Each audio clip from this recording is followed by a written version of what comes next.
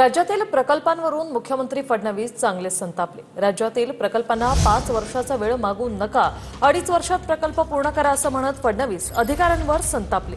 War room बैठकीत मुख्यमंत्र्यांचा हा रौद्रावतार पाहायला मिळाला।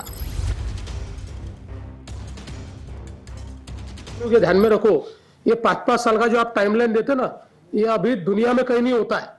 2.5 साल में प्रोजेक्ट कंप्लीट होना चाहिए। सप्टेंबर 24 ला होणार होता।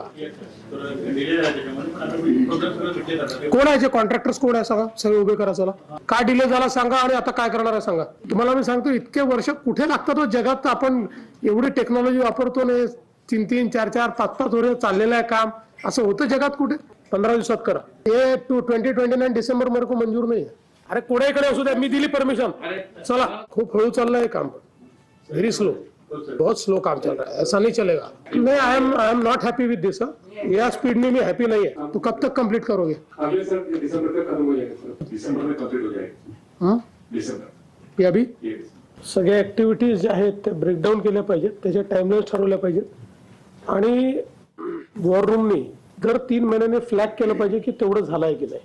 जी काही आपण नियोजित तारीख दिलेली आहे कंप्लीशनची, त्यापेक्षा जे प्रकल्प आता मागे पडलेले आहेत त्याच्या कंत्राटदारांनी आपण बोलवलं होतं। काही अडचणी कंत्राटदारांनी देखील सांगितल्या, त्या अधिकाऱ्यांना सांगून आपण सोडवायला लावल्या। काही ठिकाणी कंत्राटदारांचं काम स्लो होतं, त्या ठिकाणी त्यांना आपण तंबी दिलेली आहे। कुठल्याही परिस्थितीमध्ये जनरेशनल प्रोजेक्ट्स होऊ नये अशा प्रकारची त्या ठिकाणी मी सांगितले आहे।